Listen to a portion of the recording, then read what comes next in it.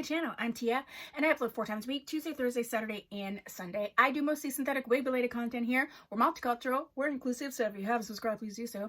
If you have, you're one of my little doll babies. Hi, doll baby, how are you? So happy that you are here. Today I wanted to do sort of a wig tips type video. And this came up when I was doing my video on measuring for a wig. So if you haven't seen that, go ahead and see that. Just go ahead and see it. Before we get started, the wig that I'm wearing right now is Tressallure Picture Perfect, and it's in that 3-tone gray with brown color, which I absolutely love. There's either a review up on this already, or there will be. Before I get into the tips of what you can do to remedy this situation, the first thing I want to say is you should make sure that you are wearing the right size. So your wig can ride up if it's not a correct size. So one thing is, like, I would say make sure that you have already measured your head and that you compare it to the wig that you are wearing and that you're wearing the correct size. So if you've done that, or if you don't know how to do that, I have a video on it, but if you've done that, then making sure that sometimes people are like, oh, it's riding up, so I'm going to tighten it even more. So if you feel like, oh my gosh, it's riding up, let me tighten it. Tightening it too tight can actually make it ride up more. So if you feel like it's riding up and it's kind of bothering you, try loosening it in the back a little bit first to see if that helps as well.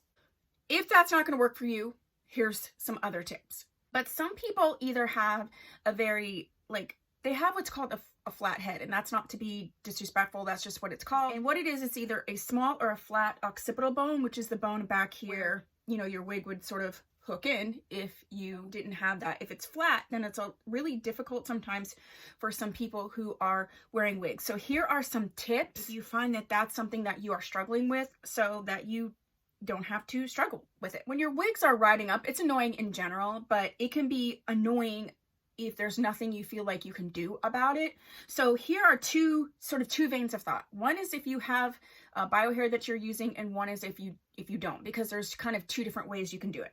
So let's start with if you have bio hair. So there's a couple things that you can do if you have bio hair. One of those things is you can put your bio hair sort of in a low ponytail and fasten, so you put this in a low ponytail, put your wig cap on, and then you would fasten the wig. It has a comb, and you fasten the wig up under this ponytail and then up under the comb.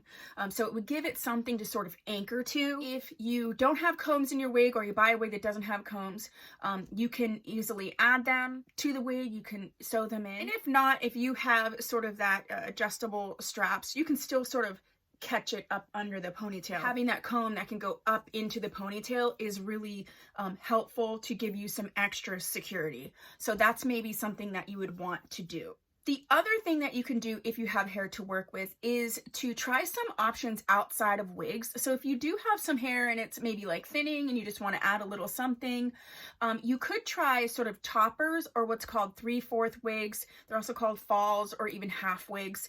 You could try those because they're not going to use, the full part of your head. So a topper is just going to be attached right here to the top, to the crown, and then come down, so you wouldn't have to worry about this part. Falls are the same, that they attach, structured a little bit different. I'll put some pictures up so you can see. I have reviewed a couple toppers, but I reviewed them on my mom because I didn't have hair, but she does. So I have a couple reviews on those, and you can see sort of how they work. That's definitely an option. Like if you're really feeling uncomfortable and not secure and you have some hair to work with, potentially going the topper route might be more beneficial for you. And then there's sort of this middle option in between hair or no hair, is that you can have a custom wig made, and you can have a wig that's custom made to your head shape, size, dimensions, everything. I mean, this is true for anybody, but especially for those of you who are, struggling with not having something to secure in the back. You could have a custom wig made. They are more expensive, but it is an option if you would like to try that out. Even if you just want a custom wig that's made specifically to your head, custom wigs are an option. And then if you don't have hair, so now you don't have, a ponytail to be sort of putting anything up under, so that's not an option for you.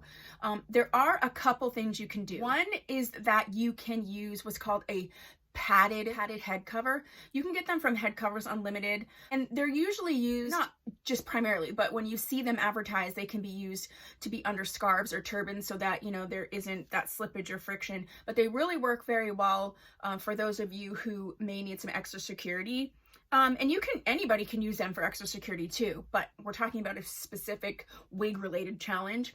And so those are definitely an option. The other option is either use wig tape or glue at the nape of your wig, okay? Here's some wig tape. I get them with a lot of different wigs. It's basically double stick tape. And you would put it sort of right here. You'd stick that tape here, and then you would stick it right to the nape of your neck, and then you don't have to worry as much. You can also do a gluing method if you would like to. I don't glue my wigs on because I suffer from migraines and I need to be able to take it off when I need to. But you could go either route for that, and then you wouldn't be worried about it pulling up. The other thing would be to combine the glue wig tape scenario with a silicone wig grip. So I did a review on a silicone wig grip. I will put it up, and I also did sort of a roundup.